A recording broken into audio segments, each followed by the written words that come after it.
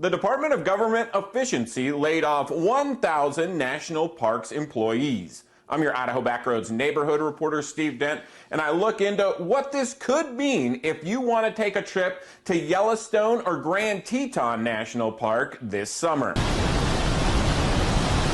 The National Parks Conservation Association advocates for national parks, and according to Michelle Uber-Araga, Yellowstone has lost 7 employees, while Grand Teton had 15 people laid off. There's just so much uncertainty at this point about how the national parks are going to be able to operate. They are already understaffed. We've seen a 20% decline in Park Service staffing since 2010.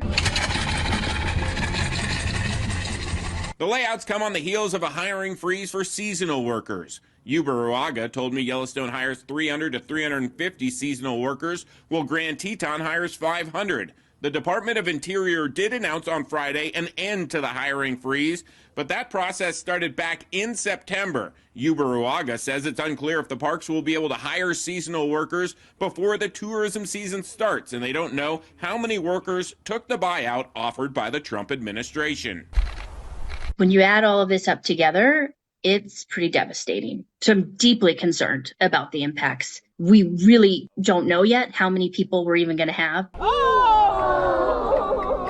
If you've ever been to Yellowstone, you know it's a popular destination. In 2023, the park had 4.5 million visitors, and they spent $623 million in gateway communities. One of those includes Island Park in Idaho. We witnessed an example of how these communities struggle without tourism when the park had to close in 2022 because of flooding. So there are far-reaching consequences to our small communities when they're laying off this many people. But the biggest question remains, what will the busy tourism season look like in Yellowstone for visitors, and how will this affect the experience in this popular geological wonder? I can say with a lot of confidence, there's going to be longer lines at the gates, potentially campgrounds closed, maybe limited hours for visitor centers. I think worst case scenario, public safety could be at risk. And we're right at that breaking point. And morale is very, very low. And people are scared they might